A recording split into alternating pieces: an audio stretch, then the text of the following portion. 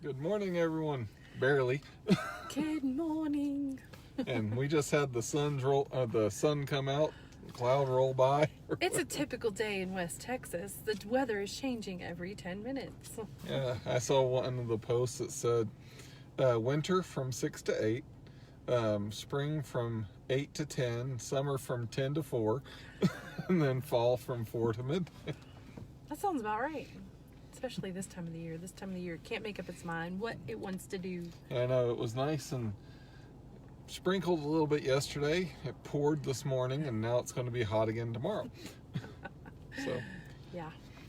So we are coming at you on Friday. Unusual, I have a day off. But yay. you got to share? 3-day weekend. Share what? Oh, yeah, I'll share in a minute. Share what? What are we doing? Oh, it's a Friday. I don't know. I was having a Friday on a Thursday yesterday. Now I'm having a Saturday on a Friday. I don't know. It's all messed up.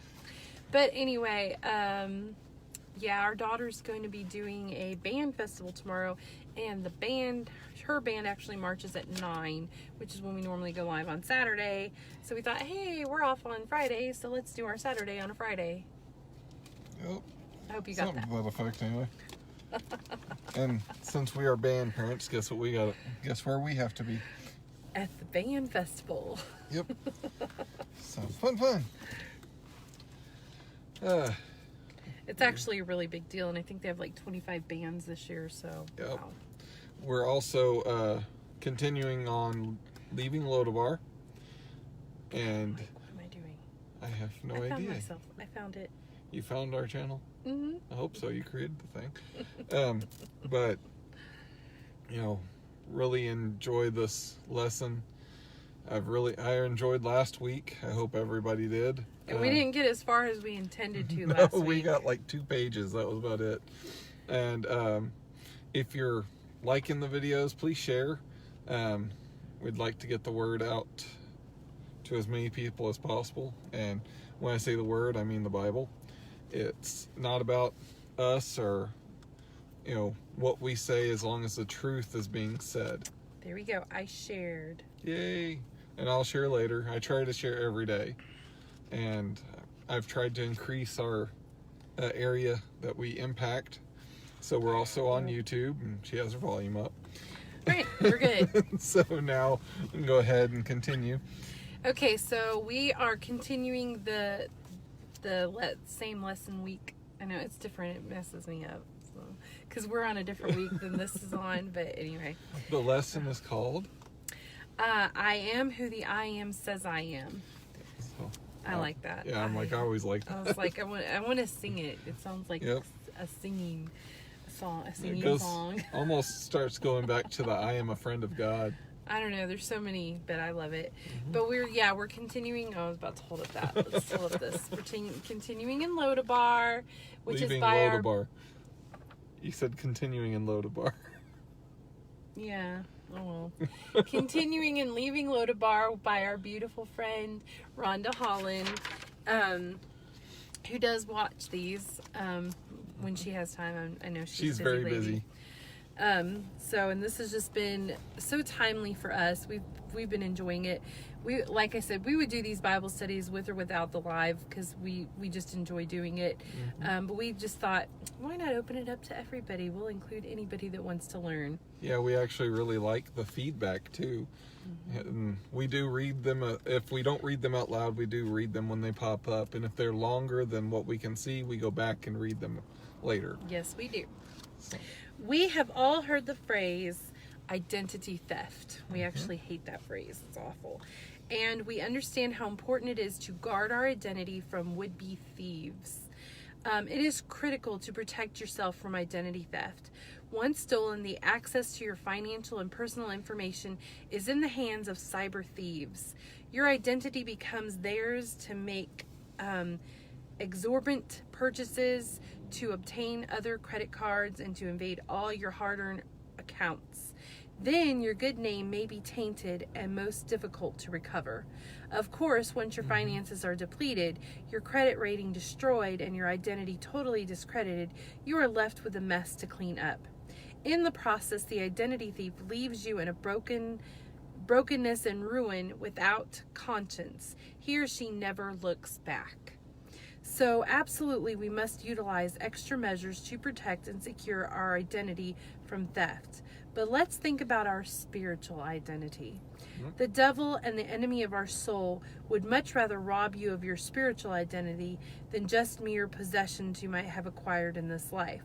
So it is more important to take extra precautions to protect the spiritual identity we have obtained through Christ. We must be on guard against the enemy. Remember, John 10:10 clearly declares the thief's agenda. And that is, the thief does not come except to steal, kill, and to destroy. I have come that they may have life and that they may have it more abundantly. I love that she's kind of comparing this to something that we really understand, because identity theft, I know like just a few years ago, it's still very prominent, but became a very big deal. And like the bank that we use, has kind of triggers for that. We had an incident just recently with that. Yeah, we talked about it some last week. I know, we had gone to Odessa and they didn't expect us to be down there apparently. And it's like, is this you making a purchase? And we're like, yes, it's us. We're here. Don't close down our card. Yes, please don't pause it. But we have in the past had somebody in California get like one of those, it's like Uber, but it's called like Lyft. an Uber. Yeah, it was like an Uber ride. And we called the bank and we're like, number one, we're not in California. Yep. Number two, they don't even have that where we live. Yeah. We live in Denver City, and I mean, you're just... And I was actually working all the times that they were supposed to have, I was supposed to have used my card to do it. Yeah, I was like, he was at work, he wasn't in California, and we don't even have anything called that in little old Denver City. But, you know, we'll take precautions for stuff like that. But then we don't think anything of our spiritual identity and the devil coming against us and stuff like that. We just don't consider that. And it is more important. Mm-hmm.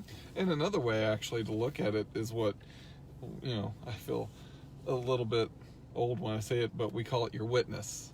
He's old. Yeah.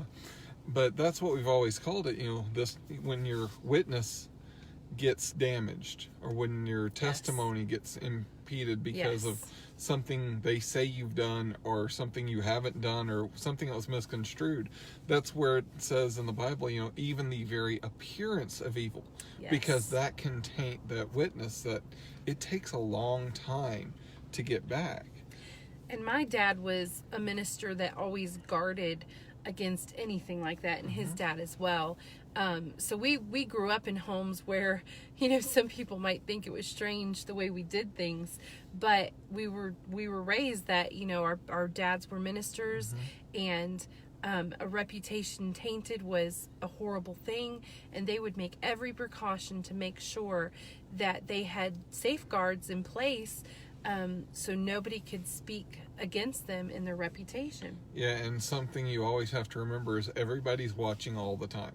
Yeah. No matter where you're at, no matter what you're doing, you know, that's one of the things we were talking about in class last month was, you know, if you're just running out to the store, you can't, if you're in ministry, you can't just throw, you know, some ratty old shorts and stuff on and go to the store. You actually have to dress like you're going to run into people, because, and especially in our town, you will. I mean, there's going to be somebody there that you know, and plus you're ministering or you're witnessing to those people every time you go, because, you know, small town like ours, we have the same cashier over and over again. I mean, most of the time. And most of the time, the cashier at the grocery stores was once a student of mine. Yeah, and so, you know, we're going to run into somebody, and if we can continue to be upbeat when they see us, even though no matter what we're going through, if we can continue to, you know, go through what we're going through, but still be a light into this dark world, that's the witness that we're supposed to be.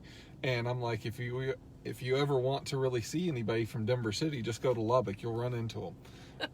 that's one of the things that we've always seen. So, and one thing about it is, I don't know what I was going to say.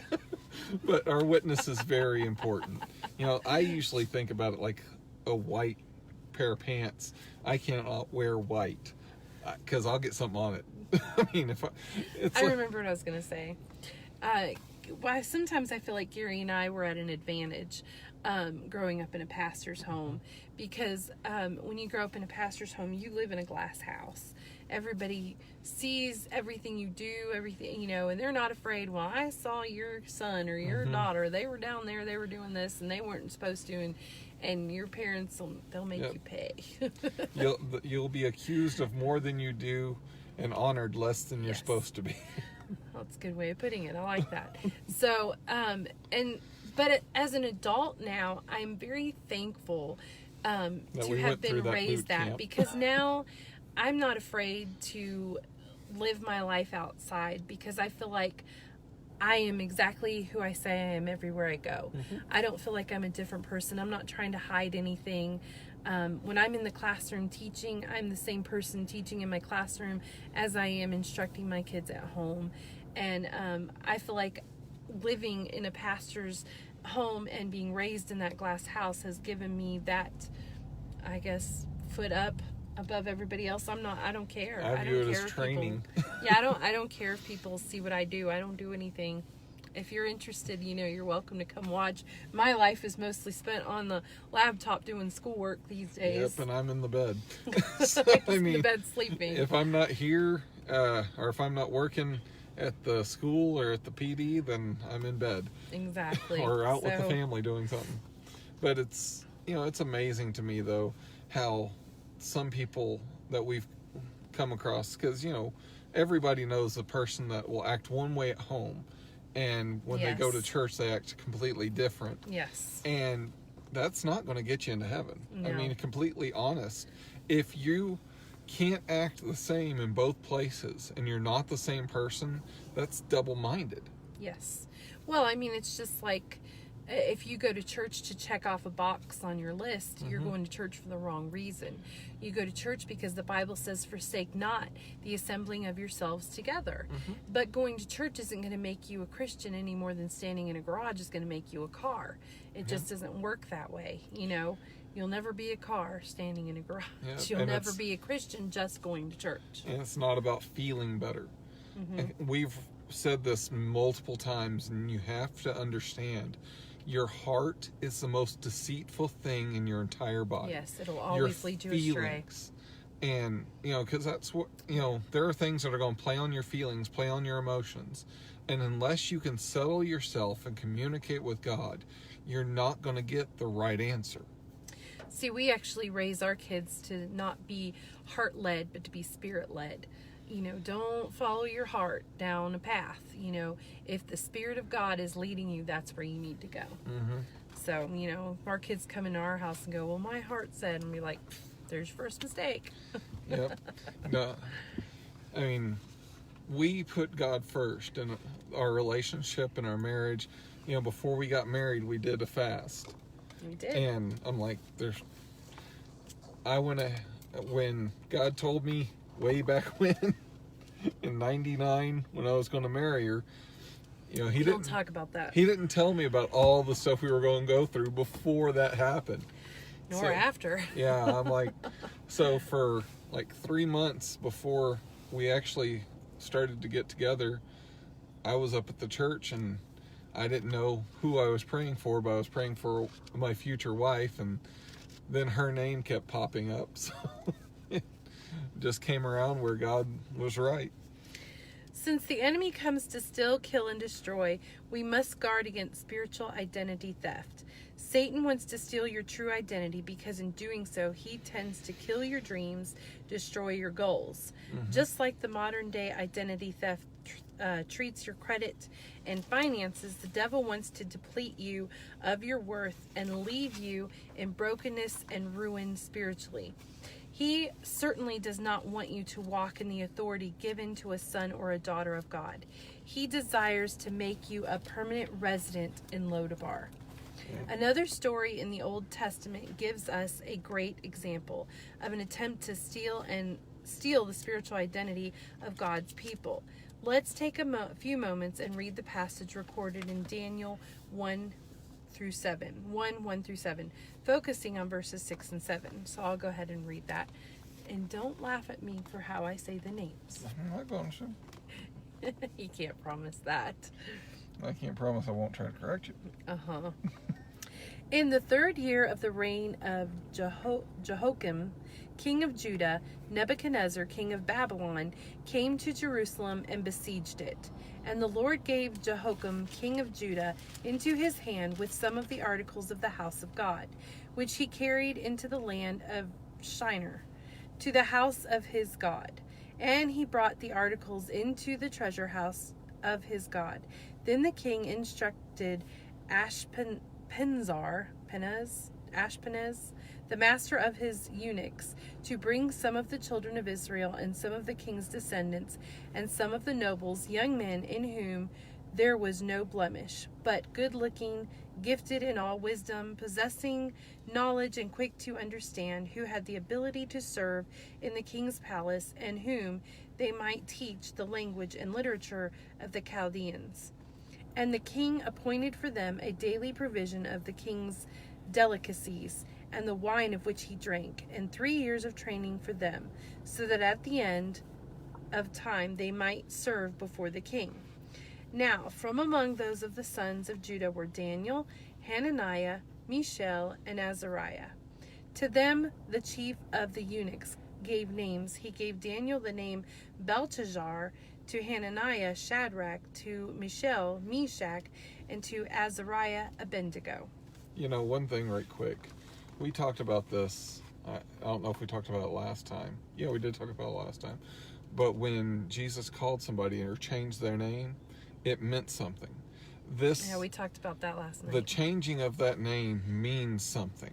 Well, if you know anything about the different languages, I'm not sure. I want to say Hebrew, but I'm not sure if it was Hebrew. Yes, it was Hebrew. Okay. Daniel, the EL stood for God in the last part of his name, and IAH in like Hananiah also was a name for God. So they had these Hebrew names that were a throw to who the God they served, because they were Jewish. And when they changed the names, that had to actually deal with the Babylonian gods. They were trying to delete the God they served out of their names, out of their identity. Life. Yeah, they were trying to change the identity. So in this account, we read how King Nebuchadnezzar of Babylon came to Jerusalem and stole from the temple great treasures, and also captive some of the children of Israel and some of the king's descendants. Instructions were given by King Nebuchadnezzar to seek out the gifted in all wisdom, his intent being to use them for his purposes and to make servants out of them in his palace, which is demeaning. If you are really, I think about it in terms of, I've just gotten a bachelor's degree, and if I have a bachelor's degree and you're going to make me be a fry cook at McDonald's, that's demeaning, I was actually getting ahead. Just as the enemy stole Mephibosheth's identity, he set out to do the same with these captives. Satan's goal is to do the same to you. Let's notice something very, very important in this passage in verse 6. We see the actual list of names. Yes, she's going to tell us. Yay! The 4 men taken into captivity: Daniel, Hananiah, Mishael, and Azariah.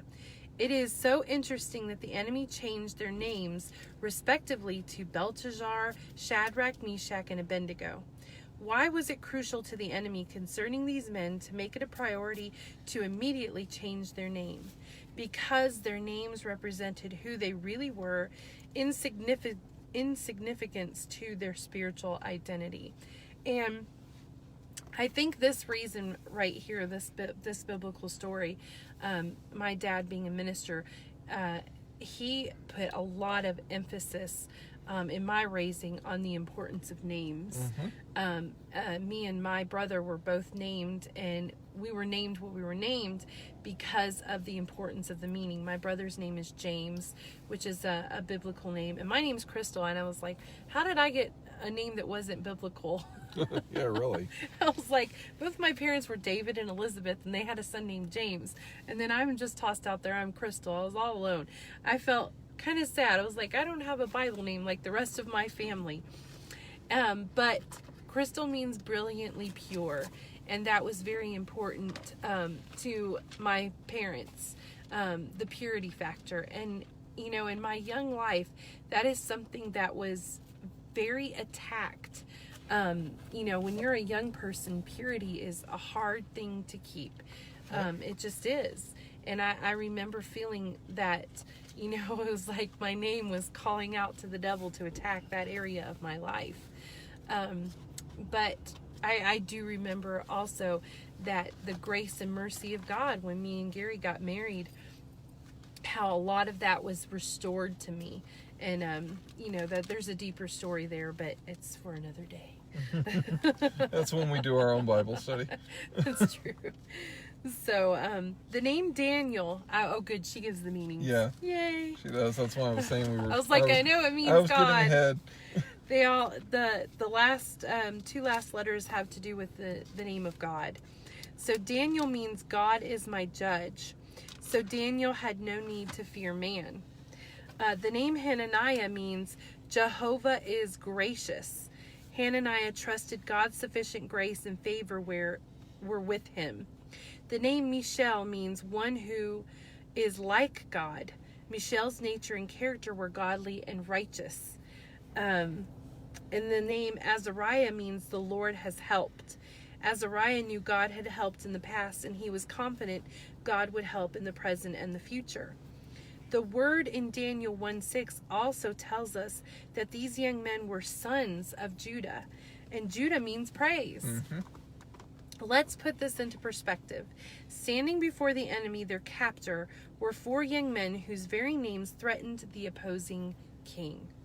Their names also revealed so much. When we are saved, we identify with each of the meanings of these names. Think of this. When we are redeemed, we can declare, like Daniel, God is my judge, and I fear not man. Like Hananiah, I am saved because God's gracious intervention on my behalf. Like Mishael, old things have passed away, and my new nature is in Christ. Like Azariah, the Lord has helped me and will continually be at my side to assist when I am in need. So I am planted in and am a member of the household of praise. I love this because last week we were kind of talking about how when we get to heaven, God has a name for us. You know, your parents give you a name here, and that's supposed to mean something about you here, but God created you. He formed you together in your mother's womb. He knew you before you knew yourself. Yep. I mean, honestly, I do not remember being in my mother's womb. I know nothing. I think my first memory was when I was 3 years old and we lived in West Virginia, and I remember standing by a fence wearing a little romper because those were popular. And I don't remember anything before that, but God knew me. He knew me before that. He put me together perfectly. I am beautifully and wonderfully made. Mm-hmm. And he has a name for me. And I even venture to guess to say that none of us have the same name when we reach heaven. I don't believe that we will. And one of the things I was really thinking about is when he writes that name down in the book of life. Mm-hmm. And, you know, it's an acceptance of Jesus here, mm-hmm. and a profession of Jesus here, really. And one of the things that I always wonder is, or look at, you know, we see this and they make an effort. Daniel makes an effort when he writes the book, mm-hmm. to make sure to call attention to these names. Yes. And, you know, to any Hebrew reading it, he would have automatically understood what the names meant. Yes. And so when it's singled out like that, you gotta understand and you have to realize that you need to take a longer look at what they're saying. Just like when Jesus or anybody repeats themselves in the Bible. And when Jesus says, verily, verily, in the King James Version, you know, he's saying, hey, listen, you really need to pay attention to this. And so when we start talking about names, even Jesus's name, I mean, Mary was told Jesus's name, you know, at the conception. And you have to, I'm like, well, that means we probably have a name in heaven at conception or before, really. But we always have to understand also in Hebrew culture, they would wait until they actually saw the aspects of the child. Yes. And sometimes it was a year, sometimes it was just... I mean, we went through, when we picked our children's name, I did for my children what I always wanted. I made sure I named them names that were in the Bible, so that we could go look them up. And, you know, I named Hannah Hannah, and in the Bible, Hannah was a woman of prayer. And Hannah actually means, you know, God's grace and mercy. And I've always told Hannah, you're a woman of prayer. You know, that's what I've named you. I've named you something that means something. And, you know, you're going to be a woman of prayer. And Hannah has been. Yep. And Leah was the woman that birthed praise in the Bible. She's the one that gave birth to Judah. And, you know, she is one that rejoices and, you know, loves the Lord in spite of everything going on in her life. And then Joanna is a Jesus follower. Joanna's in the New Testament. She was wise and she followed Jesus. And we've told our kids this, that, you know, this is part of your identity. This is part of who we believe you are, that you're going to be a prayer, a praiser, and a follower of Jesus. Yeah, and you know, when we go through these names, it's sort of foreshadowing what's going to happen in the book of Daniel, because we have, you know, Daniel himself, which is God is my judge. Yes. The king threw him in the lion's den, but God didn't let the lions consume him. Yes. Well, the king didn't know that the lions were on a Daniel fast. Yeah. And yes, I know. I'm sorry, I could not do it. But the most interesting point in that story is that the king says, I know your God will take care of you. Yes. So the question has always been in my head, who did God save Daniel for? The king, who had faith to understand that God was going to save Daniel, or Daniel, who had faith to stand up for God to go in there? Yeah, well, that's a good question. I mean, we talked about the faith of the 4 men last week. It says, no wonder the king changed their names. He attempted to steal their identity by labeling them with names representing pagan kings and rituals of the culture they were forced to live in. But even though they were renamed by the enemy and referred to as Shadrach, Meshach, and Abednego, they did not forget who they really were. They maintained their spiritual identity. They held tightly to their roots in Judah. Let's read a portion of the familiar account that we often refer to as the story of the 3 Hebrew boys, recorded in Daniel 3 in verses 1 through 12. We read now how the king made a golden image, an idol. Many believe it was in his likeness. Instructions were given that when certain music was played, everyone was to bow and worship the image. If anyone refused, they would be thrown into the fiery furnace. So, I'm going to read that now. Then Nebuchadnezzar, in rage and fury, gave the command to bring Shadrach, Meshach, and Abednego. So they brought these men before the king. Nebuchadnezzar spoke, saying to them, Is it true, Shadrach, Meshach, and Abednego, that you do not serve my gods or worship the gold image which I have set up? Now, if you are ready at the time you hear the sound of the horn, flute, harp, lyre, and psaltery in symphony with all kinds of music, you will fall down and worship the image which I have made good. But if you do not worship, you shall be cast immediately into the midst of the burning fiery furnace. And who is the God who will deliver you from my hands? I'm like, that story, you could read the entire story. I'd be here. Yes. And it's one of the most interesting things that you'd think, just by reading that, you can see actually that the king knows them. Yeah. He's been around them. And if you read in chapter 2, there has already been a situation where they came in direct contact with the king.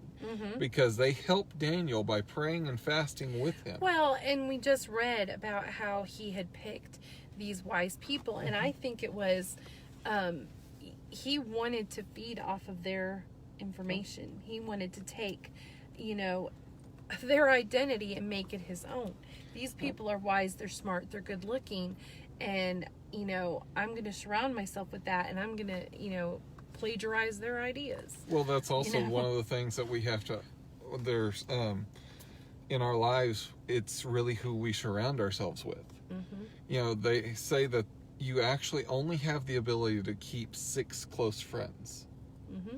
And, that's pretty authentic, I believe, because, we have all these people that we say are friends on Facebook. We have over 400, 500. That's true. And I'm like, if we ran into them face to face, most of us wouldn't be able to know that they're even on our Facebook page. But so we read in King Nebuchadnezzar's angry reaction when word came to him that the Hebrew boys refused to bow. Please note that is worth mentioning. There is some theologians that believe Daniel would have been standing right there with the 3 others, but he was on a separate mission for the king and not present at the time. Of course, we know Daniel stood strong in his faith and his spiritual identity faithfully, especially in chapter 6 when facing his own lion's den, which is what he was talking about. But I think that was the wrong question to ask at the end. What and who is the God who will deliver you from my hands? Well, we know who the God is. But he obviously was about to find out. yeah, and it's really interesting that he's actually the only one that's mentioned seeing him. I was about to say that because we listened to Sammy Rodriguez. I love that fiery preacher from California. Yep. He's been in Washington. He's All a over the firecracker for the Lord in a good way. But he preaches a message where he talks about that sometimes it's not about you seeing God in your situation. Yep. It's about other people seeing God in your situation.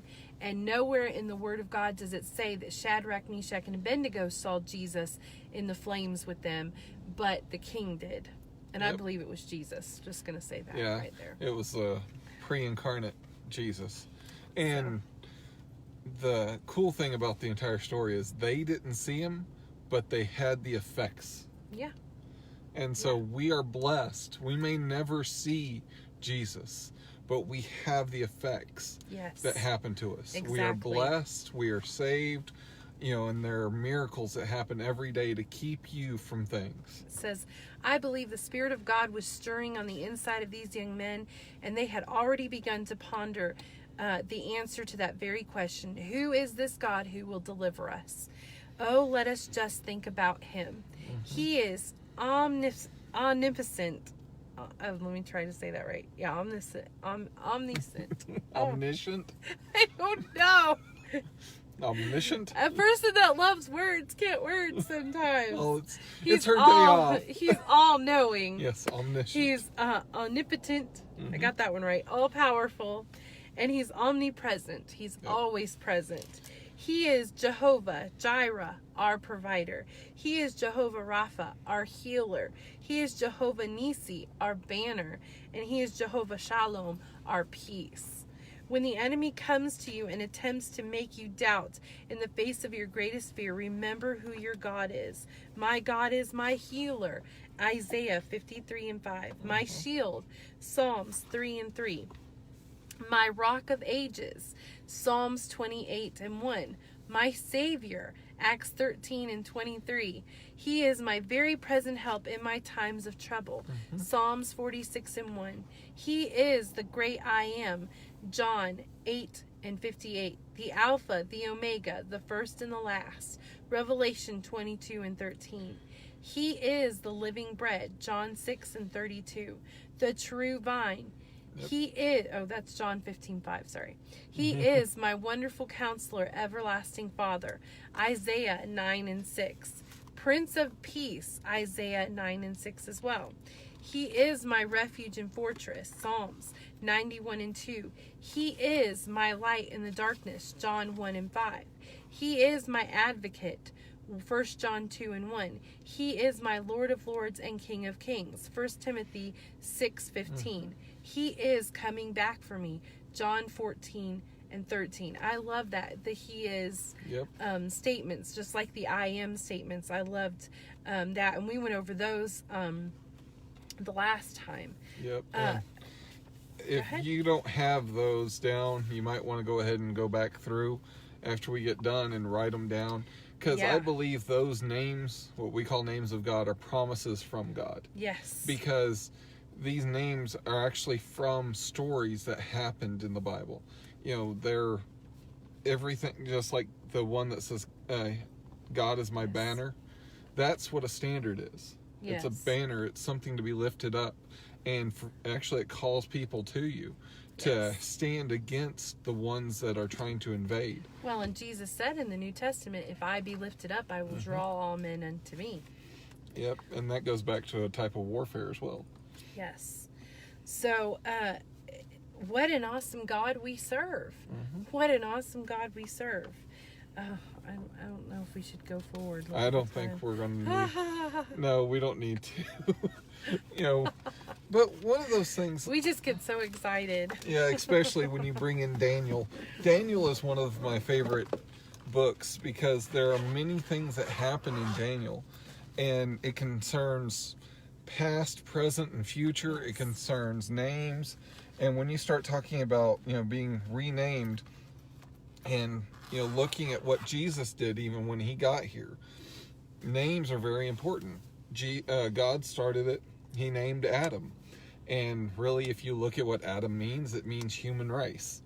Or actually, in Hebrew, it's red man.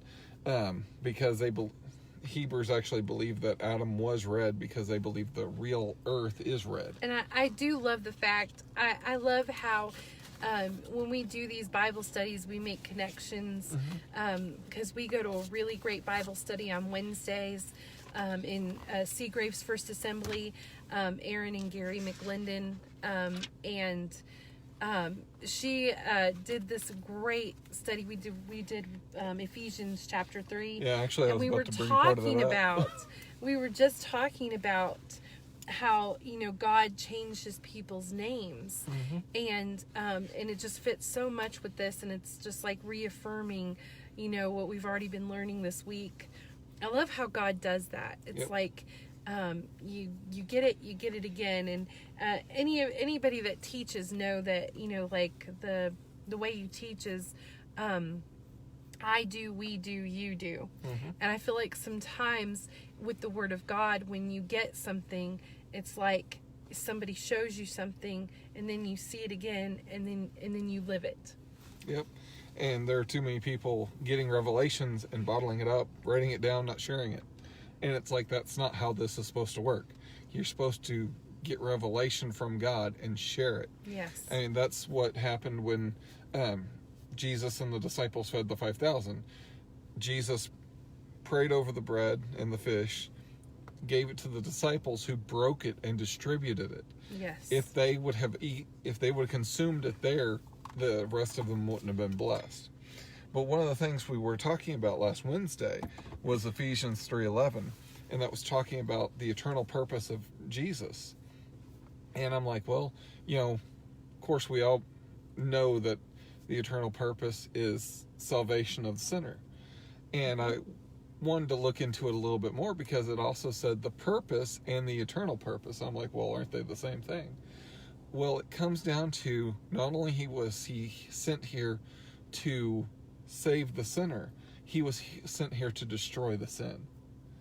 And that's something that I never actually thought of before as destroying the works of the devil. Yeah. I'm like, we always talk about Satan destroying, but for God to create, or for Jesus to create something in our life, he has to destroy those things that Satan has built up over time, pulling down the strongholds, using the bricks to actually build something that glorifies God. Then, you know, our history, the sin is wiped away. What we've done in our past can now be used for a testimony.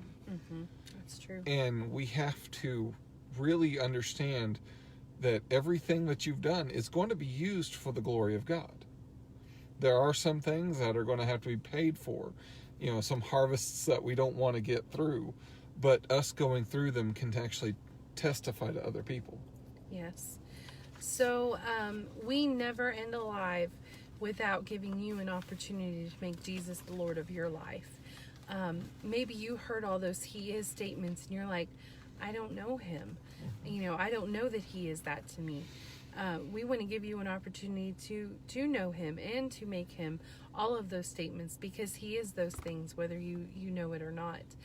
And that's another thing we were talking about. One of the ladies in our church said, you know, when the veil was torn, when Jesus, died, that all of these things became available to everybody. They were no longer just for the priests, and the Holy of Holies is available to everybody. But if you don't know, you don't know. Yep. And we have to be, readers of the word and doers of the word. And if we have a will that says that we have great riches, but we never read the will and know what we have. There was some company that wanted to see who actually read the terms and conditions that came with all those apps that you download. And we always agree to it. Well, they said, okay, we want to know who's actually reading this. So they put in, if you read this and agree to it, call this number, and we will send you $1,000. And they said out of all of the millions of people that actually agreed to the terms and conditions, all they had to do was call the number and receive the money. And they're like, we only got 10 calls. Wow. And I'm like, so if we're not reading it, we don't know what we have available to us. So we're not claiming it. And, that just shows that we're agreeing to it, sure, but we're not doing the work. That's right. So Gary's going to pray. Yes. So let us pray. Dear God, I know I'm a sinner, and I ask your forgiveness. I believe Jesus Christ is your Son. I believe that he died for my sin and that you raised him to life.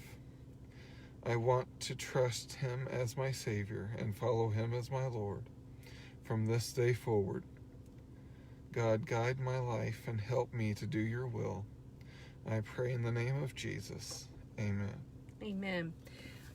Next Saturday, I'm going to be taking a big test. So lots of prayers, but that means we won't get to do our Saturday morning live. Again. We may do it Friday afternoon. Or Sunday. Oh, yeah, or Sunday. Sunday afternoon next weekend. But we will definitely come at you and try to finish out Debar. It's been so good. It's been so timely. If you have any prayer requests, please let us know. We want to prayer partner with you. Like I said, be praying for me. I'm taking a big test. It's the one I failed this summer. I'm trying to go for the pass. You didn't fail it by much. I didn't. I failed by 4 points. Yeah, so come on. It's kind of sad. But anyway. The worst part of that is the 5 days afterwards waiting for the score. Oh, so it's awful. But if you need a Bible, let us know. Yes. If you have a praise report, if you've prayed this prayer with me today, let us know so we can get some stuff in your hands and some Bible verses that you can start leaning on right away. Yes. And if you don't know where to start in your Bible, start in the book of John. Yep. It's a good place to start. Yes, it is. Very good. And, of course, we're going through Leaving Debar, and there are multiple other studies that we've gone through on Facebook, on YouTube. You're welcome to go back and check them out. Yep. And I'll probably go ahead and go in there and post the He Is song by Aaron Jeffries again on our comments, because that's a very good song. Yes. And we'll catch you later. Yep.